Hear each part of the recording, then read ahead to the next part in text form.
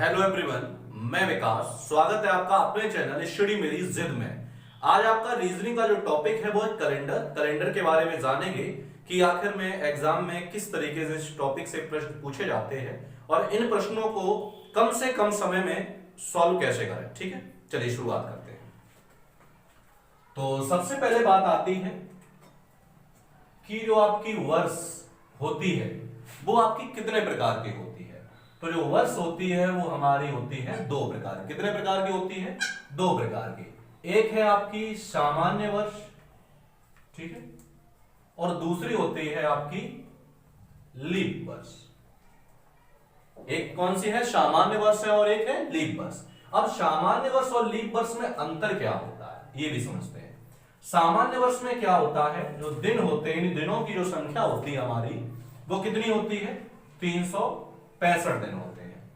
यहीं पर अगर बात करूं कि लीप वर्ष में दिन की जो संख्या होगी, दिनों की संख्या, वो 366 होती है, यानी एक दिन बढ़ जाता है। ठीक है, इसमें क्या होता है, जो फरवरी होती है हमारी वो कितने की होती है? 28 की होती है। और इसमें जो फरवरी होती है हमारी वो कितने की होती है? हमारी 29 की होती है। ठीक है, और लीप वर्ष, सामान्य वर्ष, ये तो आप समझ ही गए होंगे। अब बात आती है हम पहचानेंगे कैसे कि इस में लीप वर्ष है इस वर्ष और इस वर्ष सामान्य वर्ष है। क्या करते हैं, जैसे कोई वर्ष दे दिया जाए 2006, क्या करेंगे? वर्ष में 4 का भाग देंगे। अगर 4 का भाग पूरा पूरा चला जाए तो आपकी लीप वर्ष है, और भाग पूरा पूरा ना जाए तो कैसी वर्ष है? सामान्य वर्ष है। चलिए देखिए करके, क्या चला जाएगा? पीछे वाले दो अंकों में देख के करके देख लीजिए, नहीं जाएगा तो ये वर्ष कैसी है? हमारी सामान्य वर्ष है। कैसी वर्ष है? सामान्य वर्ष है। अगर यही कह दिया जाए वर्ष 2016, तो 4 का भाग दो पीछे के दो अंकों में, पूरा पूरा कट जाएगा तो ये कैसी वर्ष कहलाएगी? आपकी लीप वर्ष कहलाएगी। ठीक है, और लीप वर्ष प्रत्येक 4 साल बाद आती है। जैसे 2016 लीप वर्ष है तो अगली जो लीप वर्ष आएगी वो कौन सी होगी? 2020 होगी, यानी 4 साल बाद। ठीक है, चलिए आगे बढ़ते हैं। इतना हमने समझा कि लीप वर्ष किसे कहते हैं, सामान्य वर्ष किसे कहते हैं, पहचानेंगे कैसे ये लीप वर्ष है और ये हमारी सामान्य वर्ष है। अब बात आती है विषम दिन। विषम दिन में क्या करेंगे? विषम दिन क्या होते हैं? कुल दिनों में 7 से भाग देते हैं। कुल दिनों में 7 से भाग देते हैं, जो शेष बचता है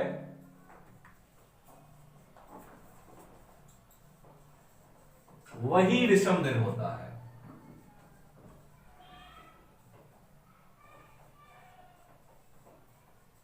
कुल दिनों में क्या करते हैं? 7 से भाग देते हैं और जो शेष बचता है वही क्या होता है? हमारा विषम दिन होता है। ठीक है, अगला पॉइंट है, यदि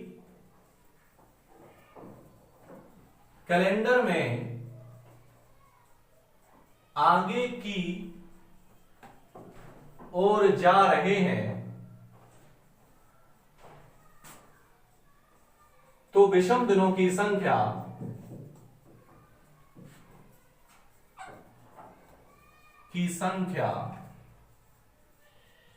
जुड़ेगी, और यदि कैलेंडर में पीछे की ओर आ रहे हैं और यदि पीछे की ओर आ रहे हैं तो विषम दिनों की संख्या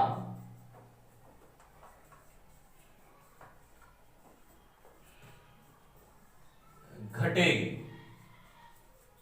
ठीक है, तो विषम दिन क्या होते हैं? कुल दिनों में 7 से भाग देते हैं, और पॉइंट आपका पहला है, यदि कैलेंडर में हम आगे की ओर जा रहे हैं तो ये विषम दिन हमारे जुड़ जाएंगे, और कैलेंडर में अगर पीछे की ओर आ रहे हैं तो इन विषम दिनों को क्या कर देंगे? घटा देंगे। चलिए देखते हैं कैसे। चलिए, जैसे आपसे अगर पूछ लिया जाए कि बताइए सामान्य वर्ष में विषम दिनों की संख्या कितनी होगी, तो सामान्य वर्ष में दिन कितने होते? टोटल 365 दिन होते हैं। विषम दिन निकालने क्या करेंगे, 7 से भाग देंगे, दीजिए 7 पन्ना 35, बचा 1, 7 दूनी 14, बचा 1। अब एक जो शेष बचा है यही हमारा क्या है, विषम दिन है। ठीक है, ये क्या है, हमारा विषम दिन है। अब जैसे एक उदाहरण देख लेते हैं, जैसे आपसे कह दिया जाए कि आज सोमवार है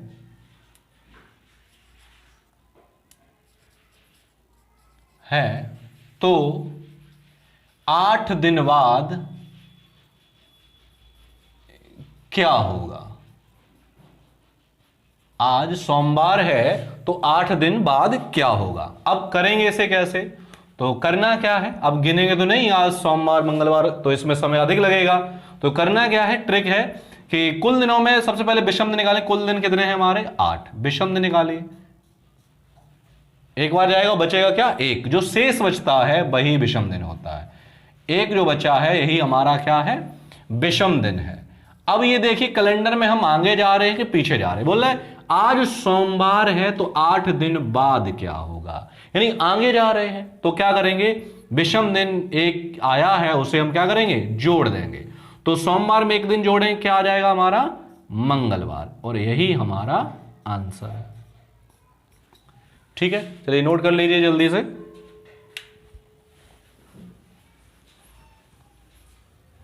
उम्मीद है नोट कर लिया होगा आपने। चलिए अगला प्रश्न देखते हैं। आज बुधवार है तो 23 दिन बाद क्या होगा।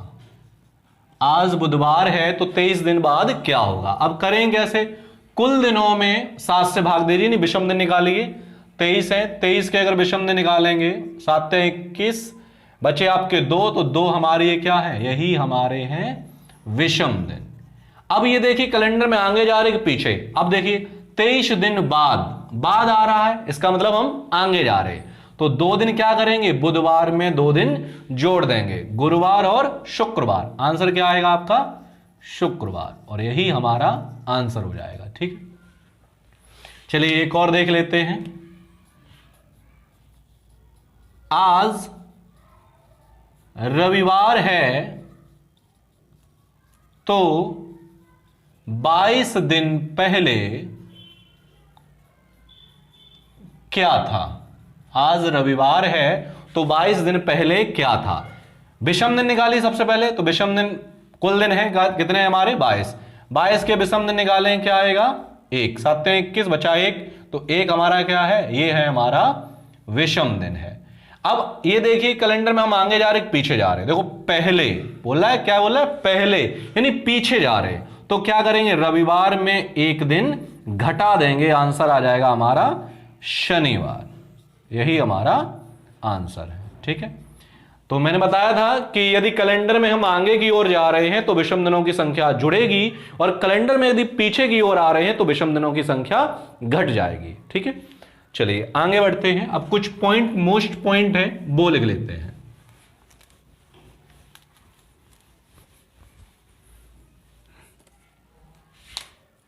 पहला पॉइंट है आपका, सामान्य वर्ष का पहला और आखिरी दिन एक ही होता है। सामान्य वर्ष का जो पहला दिन होगा वही अंतिम दिन होगा। अब कैसे, जैसे कह दिया जाए 2015 आपकी कैसी वर्ष है, सामान्य वर्ष है, और इस वर्ष का पहला दिन क्या होता है हमारा, 1 जनवरी। यानी यदि 1 जनवरी 2015 को यदि सोमवार है तो इसी वर्ष का अंतिम दिन क्या होता है, 31 दिसंबर। तो 31 दिसंबर 2015 को सोमवार ही होगा। ठीक है, यानी जो सामान्य वर्ष का पहला दिन होगा वही अंतिम दिन होगा। पॉइंट दूसरा लिखिए, लीप वर्ष का पहला और आखिरी दिन एक समान नहीं होता है। अब लीप वर्ष में क्या होता है, जो पहला और आखिरी दिन होगा वो एक समान नहीं होगा। जैसे यदि 1 जनवरी 2016 कैसी वर्ष है, लीप वर्ष है, को यदि सोमवार है तो अंतिम दिन क्या होता है, 31 दिसंबर 2016 को सोमवार ना होकर के क्या हो जाएगा, आपका मंगलवार हो जाएगा। ठीक है, यानी सामान्य वर्ष का पहला और आखिरी दिन एक ही होता है, लेकिन जो लीप वर्ष है इसका पहला और आखिरी दिन एक समान नहीं होता है। ठीक है, चलिए आगे पॉइंट लिखते हैं।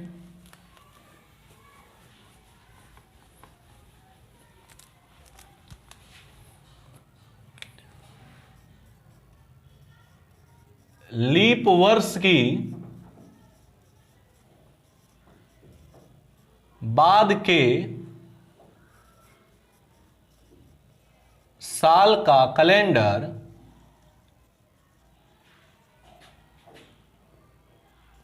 छह वर्ष बाद एक समान हो जाता है। यानी लीप वर्ष की बाद की जो साल का कैलेंडर होगा वो 6 वर्ष बाद के जैसे कैलेंडर होगा उसके समान हो जाएगा। दूसरा पॉइंट है तथा बाकी सारे वर्षों का कैलेंडर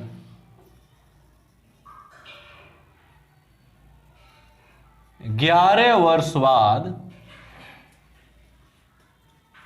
एक समान हो जाता है। ठीक है, और पॉइंट तीसरा है तथा लीप वर्ष का कैलेंडर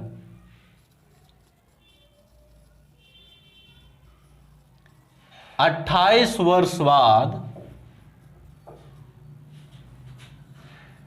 एक समान हो जाता है। ठीक है, यानी जो लीप वर्ष का की बाद की जो साल का कैलेंडर है वो आपका 6 वर्ष बाद एक समान हो जाएगा, और तथा बाकी जो बची हुई उनका 11 वर्ष बाद, और जो लीप वर्ष का है वो 28 वर्ष बाद बदल जाएगा। ठीक है, अब समझते हैं कैसे।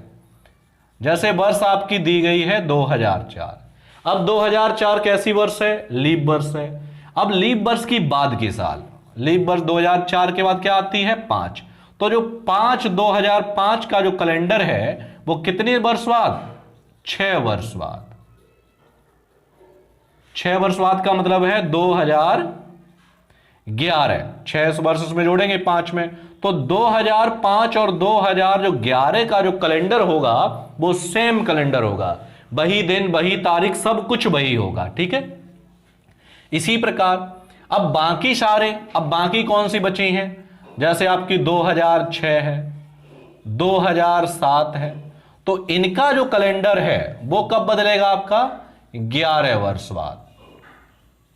ठीक, 2006 और 2007 का कैलेंडर ये 11 वर्ष बाद बदल जाएगा, और आपकी जो बची हुई है लीप वर्ष 2008 लीप वर्ष आ गई फिर से, तो इसका जो बदलेगा वो 28 वर्ष बाद एक समान हो जाएगा। ठीक है, यानी कैलेंडर वही रिपीट होते रहते हैं। तो 2004 यानी लीप वर्ष का जो कैलेंडर है वो 28 वर्ष बाद बदलेगा, लीप वर्ष की बाद की साल का जो कैलेंडर है वो 6 वर्ष बाद बदलेगा, बाकी जो बची हैं 6, 7 इनका जो बदलेगा वो 11 वर्ष बाद। फिर से 2008 आ गई तो वही नियम फिर से चालू हो जाएगा, लीप वर्ष का 28 वर्ष बाद, इसके बाद की जो साल है उसका 6 वर्ष बाद, तो कुछ इस तरीके से। ठीक है, तो कैलेंडर में आज हमने जितने भी मोस्ट पॉइंट थे वो देखे, और टाइप 1 भी हमने इसमें समझा कि यदि आज सोमवार है तो 28 दिन बाद क्या होगा, 25 दिन बाद क्या होगा, 20 दिन पहले क्या होगा, इन सभी के बारे में जाना। कल हम टाइप नंबर 2 लेकर आएंगे जिसमें हम date and month same, only year same, इस तरीके से जो भी प्रश्न दिए गए होंगे वो देखेंगे। ठीक है, मिलते हैं आपको अगले वीडियो में अगले टाइप के साथ, तब तक के लिए धन्यवाद।